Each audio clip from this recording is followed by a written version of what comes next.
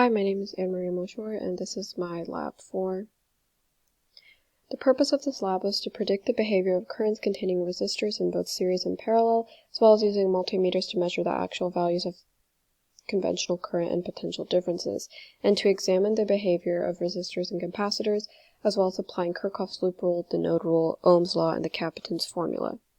The key concepts in this lab, one of them is Kirchhoff's loop rule, which states that the sum of all electric potential differences is zero, which follows the conservation of energy, as well as the node rule, which states that the sum of currents flowing into a node is equal to the sum of currents flowing out of the node, which also keeps the conservation of current. Ohm's law, where the change in voltage is equal to the current times resistance, and capacitance C is equal to Q divided by V, and rearranging that gives us V equals Q divided by C.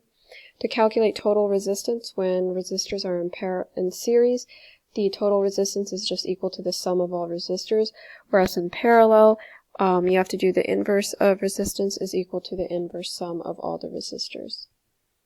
So for part 1, we set up two 1.5 volt batteries with a 47 ohm resistor and a 100 ohm resistor.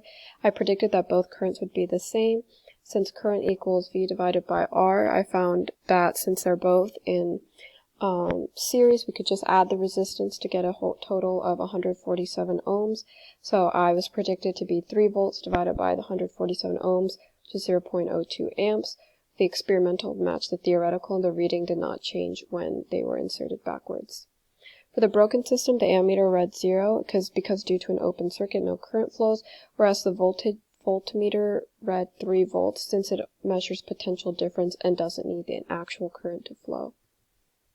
For voltage differences across the current, I measured between A to B, B to C, and so on and so forth, found that the voltage difference between the batteries was 3 volts, the 47 ohm resistor was negative 0.959, and the 100 ohm resistor difference was negative 2.041 volts. The measured difference followed the loop rule as the sum of all the voltage differences equaled 0. And since voltmeters have infinite resistance, no current passes through, so the ammeter reading doesn't change. And the graph shows an increase from A to B, showing the batteries 3 volts, and then gradually decreasing as it completes through the loop. When creating the parallel ammeter, we put an ammeter parallel to the 100 ohm resistor. And in this case, the ammeter read 0.06 amps as the current instead of 0.02. This is because the ammeter becomes the ideal path due to its low resistance, so the current bypasses the 100 ohm path entirely. And so then the total resistance that the current passes through is only 47 ohms, so the current is equal to 3 divided by 47, or 0.06 amps. And then the resistance of each element was found by dividing the voltage divided by the current, and the voltage differences were taken from the chart on the left as seen here, experimentally determined. Got that for the 47 ohm resistor it was 47.95, and for the 100 ohm it was 102.05, which is fairly close. And the wire and ammeter both have 0 resistance since the change in voltage for both these parts was 0. For the RC circuits, the light bulb started off bright when current was flowing at its maximum and gradually started to dim before it eventually was not lit up, and the capacitor became fully charged while the current was 0 and not flowing. Then we removed the battery so that the capacitor was directly connected, and the light bulb started off very bright as the current moved in the reverse direction before gradually dimming until it was no longer lit as the capacitor became fully discharged and there was no current.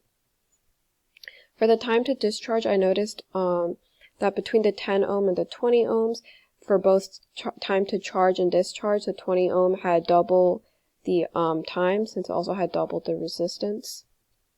And then for time-dependent voltage, we used a 200 millifarad capacitor and a 30 ohm resistor, and measured the voltage across the capacitor with a voltmeter, and then set the capacitor to discharging and plot 20 seconds of the voltage versus time on a linear graph. So to estimate it graphically, we started with the change of voltage in capacitor equals delta V plus delta V resistor equals 0.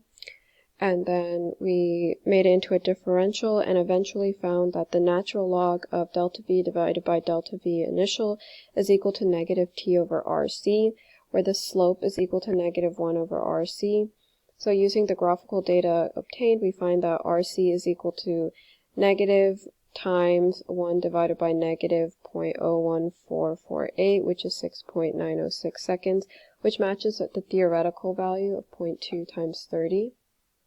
If a real ammeter was used, it wouldn't have zero resistance, so the current reading would be slightly lower due to the added resistance. And if a real battery was used to charge the capacitor with no resistance, the voltage drop would only occur on the capacitor and it would charge immediately, but due to small resistances, it would be near 0 seconds, but not exactly 0.